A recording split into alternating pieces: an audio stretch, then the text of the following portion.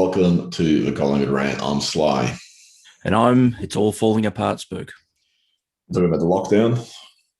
It's all sorts of things, isn't it? How long have we been in lockdown now? It was like week 84. 184 years. This is going longer than Collingwood's premiership drought. Which one? So we lost to Port Adelaide. Are you shocked? Disappointed, but no, not entirely surprised. I had this conversation with a few people. I actually, look, we're an average team now. We're blooding a lot of kids. So I think the performances you're seeing are endemic of where we're at. You get some really spirited stuff. Tends to be a lapse, I think, under Harvey, except for that first game against St Kilda. We've tended to be good for a big chunk of the game, and then we've just fallen away at a certain point. The Richmond game was the different one where we actually got even better. But the Carlton game, we fell away in the last quarter, and this one we fell away in the second quarter.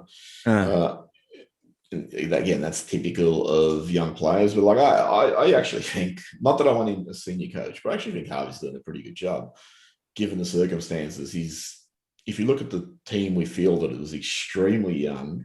You look at the defence, it contained names like Toohill, Magden, Rusco, and then Quain is 30, 40 games. So it's very, very inexperienced defence. It's an all-Australian backline. Literally, they are all Australians. Yeah, well, they've critical. Toohill's Irish, except for him. He's from the all-island backline. But Harvey's reversed some of the things that Buckley was doing. Like he trialled Mason Cox and Cameron for a couple of weeks. He dropped Callum Brown instead of playing him. He threw Rusco down back, and Rusco's looking really good. So I actually think that Harvey's doing okay given the situation. I know he's criticised for playing Mason Cox as the sub. What do you think about that? It's a bit of a silly medical sub, really. I mean, how many 7-foot tall blokes were going to go down during that game? I don't know. I mean, I think, as you said, who else could you play there, though, given the injuries that we've had? Yeah, isn't it? I mean, he didn't say anything in the press conferences or anything about the reasons? No, that's what basically he said. He said, who else? He's the only senior player we have left. I mean, I guess you got Sire, but Sire, I've said it before, with Sire being on the outer both with Buckley and Harvey, that to me suggests there's bigger issues there. And I think Harvey probably wanted somebody with some senior experience because all the young guys like Rantel and all that who could have been prospects, they haven't been playing at all because of COVID. It has knocked out the second-tier competitions. So I think his reasoning was, well, I'm going to play the most senior player we have left because he's about as plug and play as we can get, as opposed to bringing in someone like Rantel, who's got very limited experience, very limited exposure, and hasn't played for 3 weeks, and might just struggle to acclimate immediately to the pace. So that's the way I looked at it. Okay, I'll take your logic. It sounds good. But there's something, there's some really encouraging signs from, as I said, Rusco looked really, really good. Again, down in defence. Toohill started poorly, but I actually think it wasn't our worst, as the game went on. Magden, I thought, was pretty solid. So, serviceable. Yep. Bianco did a few nice things. Pult has been a bit quiet in the last, I know he was rested for a little bit, but he's been a little bit quieter as, I guess, long season's taken its toll on him. And McRae, I thought, some of his kicking looks a little bit rushed and all that, but he's running to where the ball is. He knows where to find it. I found his game really encouraging. As you said, he really knows where to be to find the ball, which is good. The kicking stuff, I hope, can be worked on.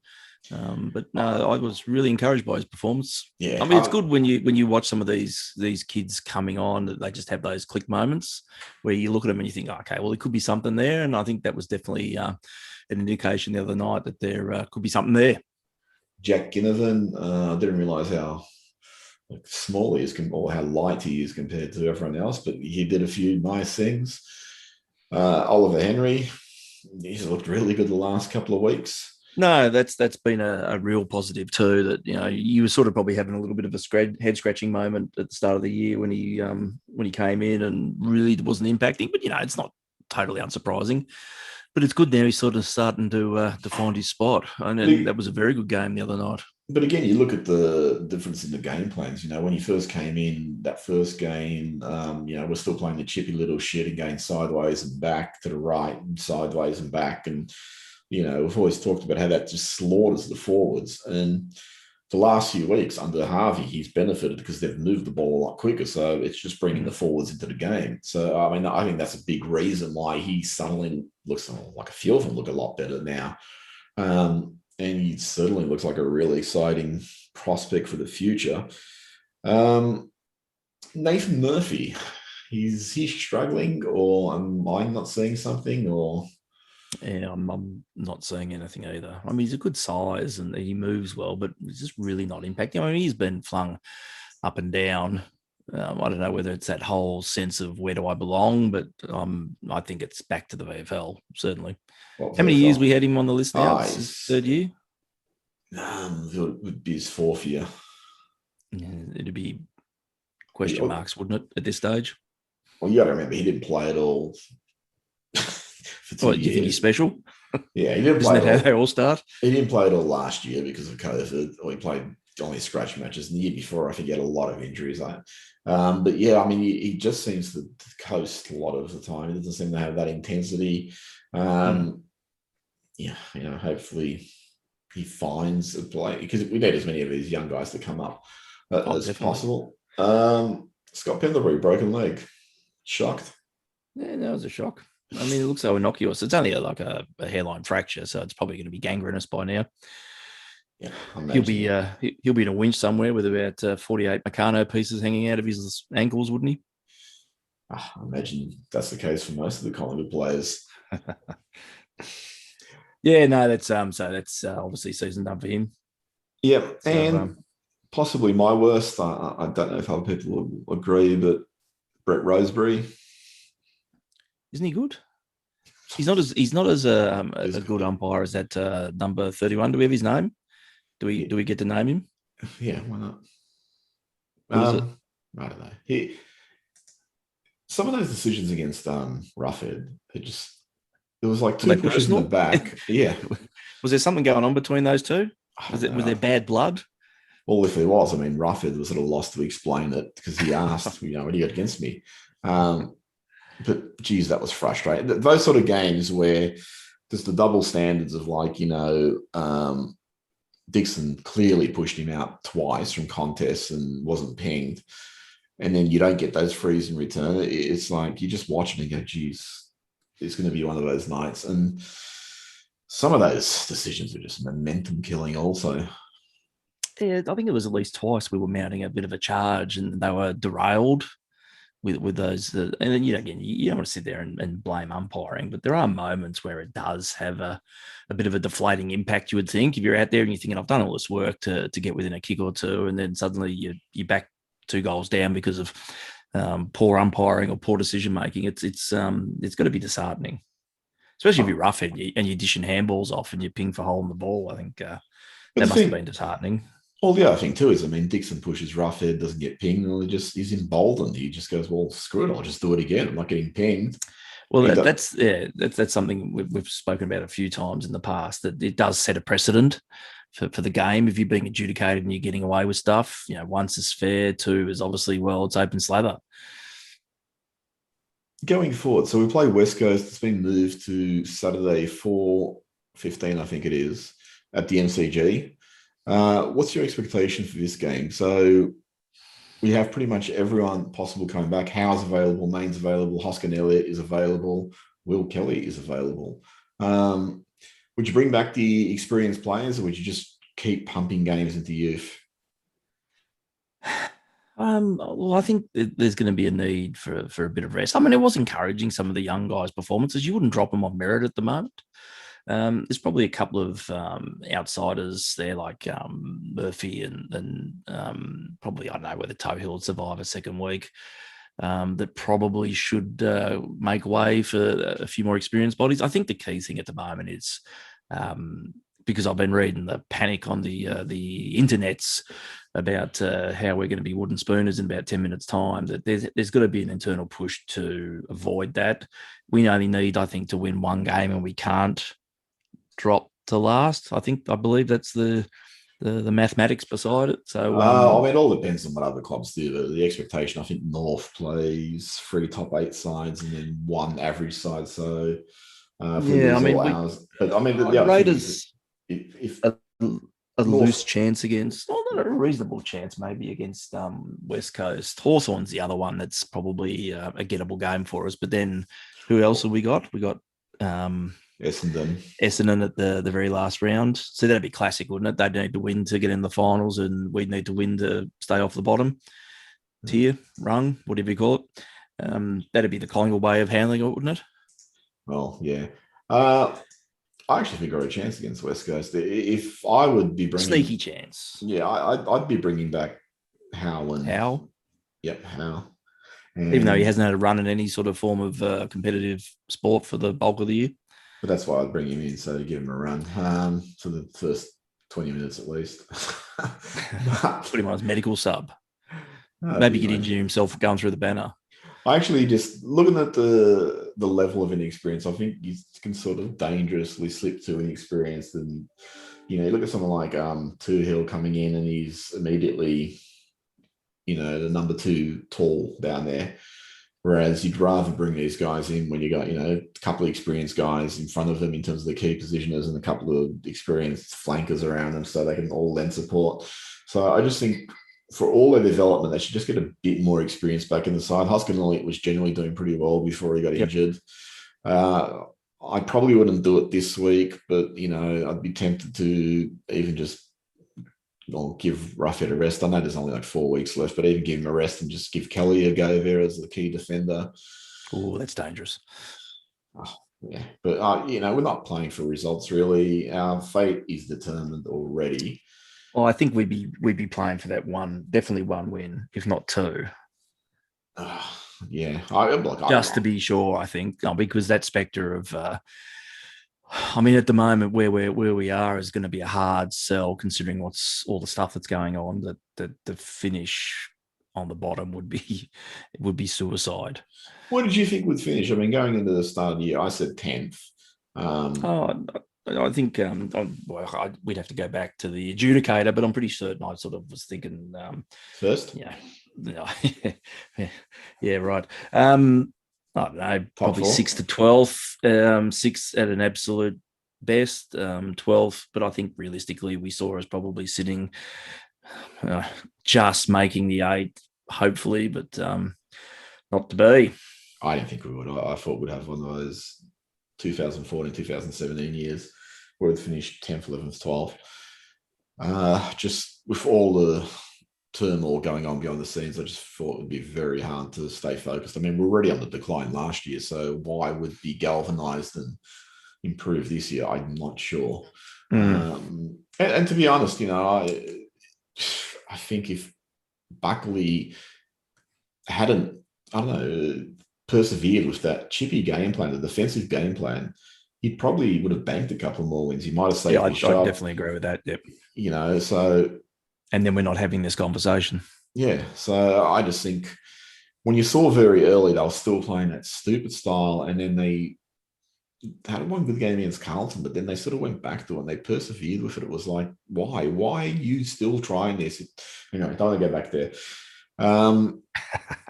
Because it'll just turn into a 4-hour rant. Let it go. I'll try. Let it go. What's your tip for the West Coast game? Collingwood by 80 points. Yeah, sounds good to me. I'll go Collingwood by 11 points in a spirited win for halves. Do it for halves, you reckon? Yeah. Did you see David King said we might have committed the costliest list error ever if we finish last, because his logic is if we finish last, that means we could have gotten this kid Horn. I have no idea who he is, but apparently he's really good. And then they're all guaranteed superstars, pick one. Yeah.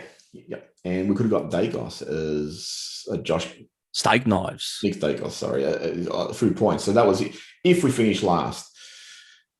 So you said like no one could have anticipated we would have finished last, so that we obviously didn't bank on the strategy of where we could have had two of the best kids in the country. But do you think that's going to cause some consternation amongst the Collingwood faithful? Faithful, not faithful. Oh, absolutely. I mean, it doesn't take much to tick them off at the moment. You can clearly see there's agitation, and it doesn't take much to trigger it. But I mean, I have issues with this. I don't think anyone realistically, even at the point when this decision was made last year, thought we'd have anything near as bad as the destabilizing year that we've had. And that's not just so much about on-field performance, but everything else that's contributed to the year. Nobody would have predicted this. Well, and I think at the time I don't think I was particularly thrilled with it, but you could see the logic in it that, look, no matter what, we thought we were going to finish higher and we'd be forced into using that first pick to get Whispery Neck at any rate. So I can see the sense in trading that away and going for what we got. And, I'm encouraged by some of the things that we've got. So I'm probably that classic glass half full at the moment. I just don't think that it just doesn't feel fair to be playing that whole if we finish last scenario and then making people accountable for it. That's just fucking beautiful hindsight being put up on display there. Yeah, it's unfortunate if it pans out that way, but this was certainly by nobody's design. The other thing is indicative of the annus horribilis that this year has ended up becoming. Well, yeah, I think if we finish second last, then that scenario immediately goes out the window. So then you look at it like, well, you could have retained your first round pick, but you would have used that on Nick Dacos anyway. Well, that's it. So the thing is, it's really something probably going to have to re-examine in 5 years' time when see how these kids come up. I mean, the hopeful thing is that these players they got when they traded out their first rounder, because of the lack of feeder competition last year, it was really hard to judge, draftees because you had no exposed form. So you'd hope that some of them, like Oliver Henry, I think was rated the top 10 prospect by some. So you hope that some of the ones we got, maybe bargains because we need pretty much every hit that we can get right now. And that's exactly right. I mean, do you think out of that crop, if you had two that became bona fide A-graders, wouldn't that exonerate the decision made? I'd need more than two. No, but again, you're all hedging your bets that every first round pick you get is an absolute superstar gun. I'm seeing people already declaring Dacos the greatest player the league's ever seen. It's unlike Collingwood people to go early on anything, but there's no guarantees at this stage. You're hedging your bet on a prospect. So look. I mean, maybe they're going to be superstars. Maybe they aren't. Yeah, my logic or my justification always is you need to get as much talent into the club now. So can we stop screwing around with future picks and all that sort of stuff? And when I say you got to get as much talent in, I mean genuine talent. I don't want to be getting goodish players in there who are going to take us so far because I've seen that already. No, that's it. And we always talk about that 210 to 11 list. That's the most talented list I've seen at Collingwood in my 40 odd years actively supporting Collingwood. I don't think any other side that we've fielded had as much talent as those sides. I think, the 90 side probably had a lot more hardness because it had sort of a lot more mongrels in it and guys that would run for you, which I thought was great in terms of their determination. But, I don't think it had as much talent. The 202, 203, 218 and all the Hafey sides had nowhere near as much talent as I'd agree with that. The guys we had in that side. Interesting thing. I forgot his name. Jeff Brown. Sorry, Jeff. He's come out with another article in the Herald Sun. He's on a paywall. Yes, you don't think that's coincidence, do you? That he knows the rank comes out. We record the round on Monday night. He's come out and made a statement. Do you think he's having a crack at us? Probably. Everyone does ultimately. The funny thing is, like I recall where Corder wrote his letter to the members, and he published in the Herald Sun, and people criticizing all it's behind a paywall. It's like, oh, okay, Jeff Brown's behind that same paywall. But only one's the enemy. The interesting thing is he sort of really just highlights problems again. It's almost like he's going to run a smear campaign of I'm just going to get elected on pointing out the shit that went wrong. Jeff, if that was a strategy, I would be president. So we might need a little bit more. But I found some of it, I won't say funny, but I found some of it, what's the right word? Strikingly familiar? Well, that's part of it. I found some of it juvenile. There's this one quote, my experience at Channel 9 has given me a unique insight into the importance of listening to our millions of viewers and fantastic sponsors to ensure that we delivered the best possible experience we could to reward their loyalty and grow our business. No one on the Collingwood Football Club board has the leadership experience, and it shows in the lack of corporate governance and the mounting lack of confidence that is now trickling down each week through all elements of the club. I mean, basically, this is like, two school kids in the primary school yard going, nah, nah, nah, nah, nah, I'm smarter than you. That's what I find. I mean, what I found hilarious in that statement, it's like you're comparing a television audience to the rabidness of supporting a football club. You're sitting there and you're talking about how much love you wanted to give out to the viewers at Channel 9. I mean, you got to cut through the shit there. I mean, really, you want fucking eyeballs on your screen to generate advertising revenue. I don't think you give too much of a fuck about what the audience thinks or how happy they are, as long as they're watching crap. Your revenue's through the roof. Isn't that like the cornerstone of TV? Yeah. And also, I mean, would you equate that though, also journalism nowadays to engaging with the fan base of a football club? No. Well, one's got a fan base. The other one's a fickle audience. It'll just tune in depending on what's there, and it'll leave you just as quickly. And actually, it's all relevant because we watch Netflix these days. Again, the other thing too is no one on the Collingwood Football Club board has the leadership experience that shows the lack of corporate governance and mounting lack of confidence. Again, what's absent in all these criticisms? I'll give you a clue. His first name is Eddie. So I mean, the club has come to this pinnacle on the back of his presidency. So, I know people go, well, others are culpable because they're there, but ultimately Eddie is in charge, or was in charge. Sorry, I mean he's threatened to come back. I'll be back is if this shit goes on. So I'll clearly look forward to that. But you can't just continue to criticize Corder for being responsible for all this without going to the guy he answered to also. And I just find that really hilarious that he's always omitted in these criticisms. Look, and the snap point is always the look, this is the third time now he's mentioned the management of the salary cap. So that's the only thing that the Corder was in charge of or was responsible for.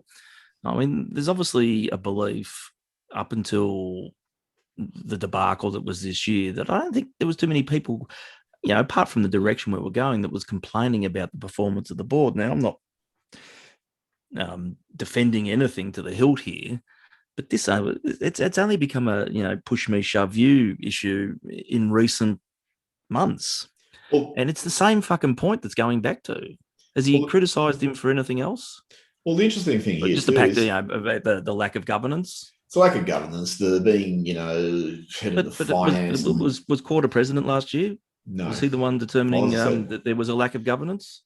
Well, again, here's a real interesting hypothetical. If any of the other people on that board had become president, would this all have amounted, or did this all amount really because people saw Corder as Eddie's faithful lieutenant for 14, 15 years and just thought, well, no, he's got to go also.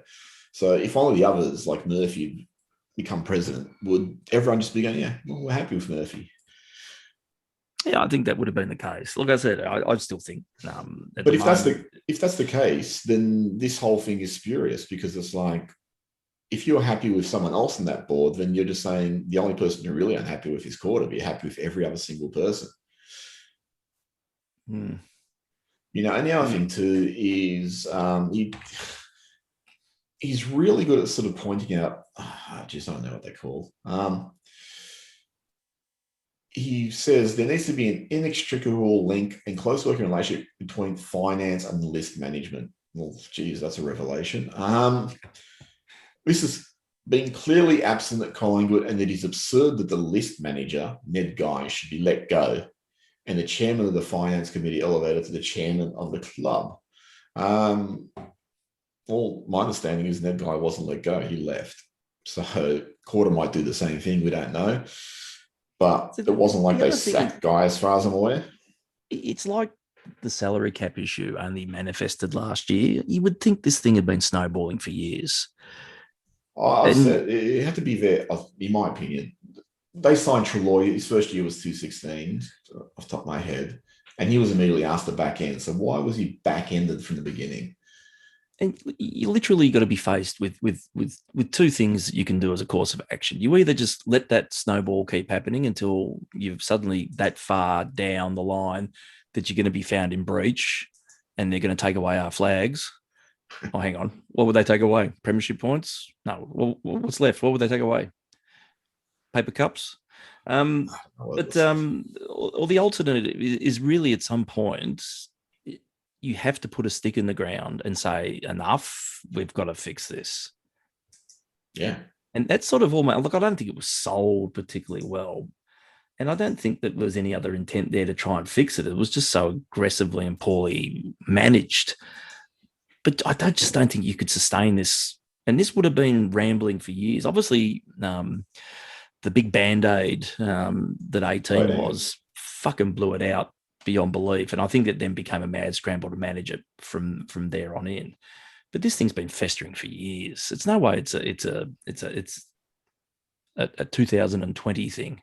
Well, the other thing too is, I mean, apparently it really blew out because they had all these trigger clauses that were just activated, and obviously it's not the greatest management to put these things in if they're all going to be activated simultaneously and hurt the club. But it just seems there's a very idealistic view toward why we would do this. And the question is, where did that come from? Who drove that? Who said, let's do this as a strategy? I mean, Eddie Maguire keeps selling it. He's the one who keeps selling on Footy Classified and that. I mean, he had a shot at Sam McClure when Sam McClure called it, the list debacle goes back 5 years, and then he lost his head and went nuts and goes, it's a strategy.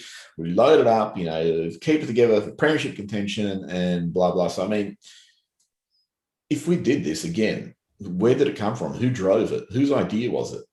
And it's also who pushed it? You look at Eddie's defensive, aggressive stance on that, and the abject denial, and the fact that he, declared, and this would have been, I think, his first appearance back on Classified, that it's all fixed now. Yeah, that's what he assured us. Yeah, wouldn't you feel like you're covering something there, like your own tracks? I definitely feel like that.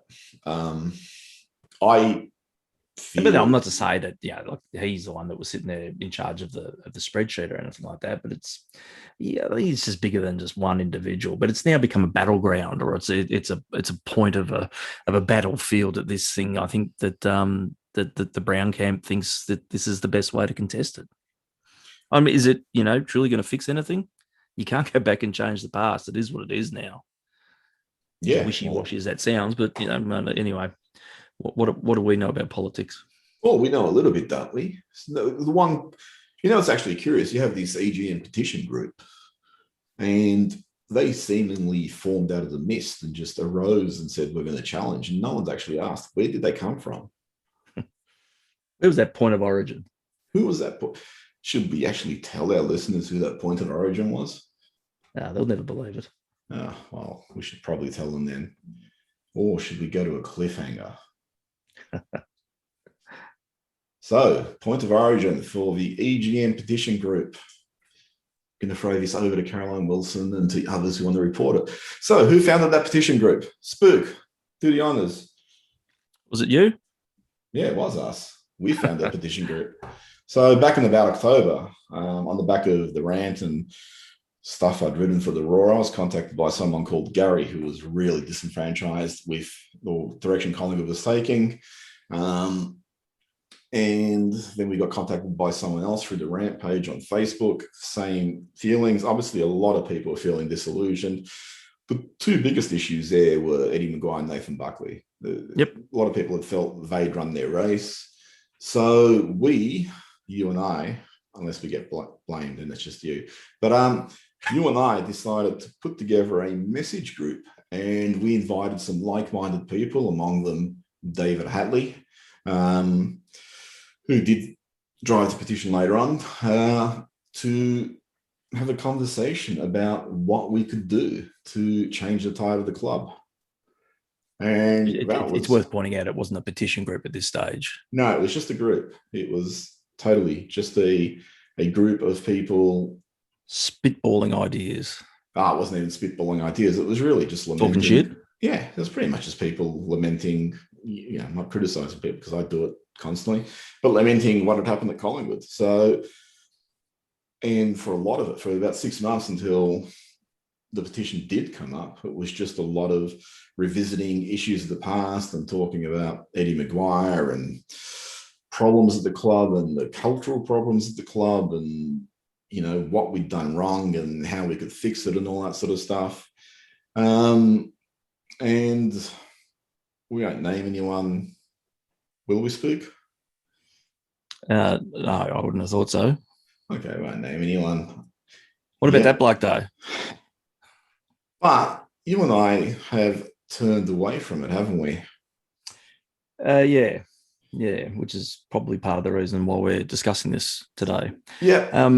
Look, I think you can go into these things with all the intent to affect change, but at some point you've got to logically look at things and make what you deem to be an informed decision about whether pursuing something is the right course of action still.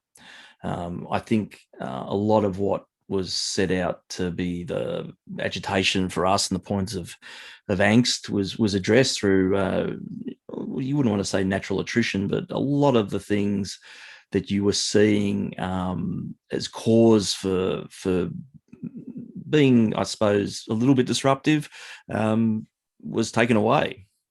And then you're left with what's left. And at what point do you need to sort of pull up now and say, there are certain avenues that have been addressed. There are things that that agitating for change is actually triggered. At what point do you then start thinking about what does that end game look like? Well, I mean, ultimately, anytime you make a decision to reach a destination, if the landscape changes, you need to revisit the decision. And you can have an attitude of let's just burn the place down because we want to burn the place down. That's what we set out to do. Now, not to say that the people in the petition group want to burn the place down, but obviously they have different motivations, or sorry, I shouldn't say different, but everyone here believes what they're doing is right and just for Collingwood, for a better future.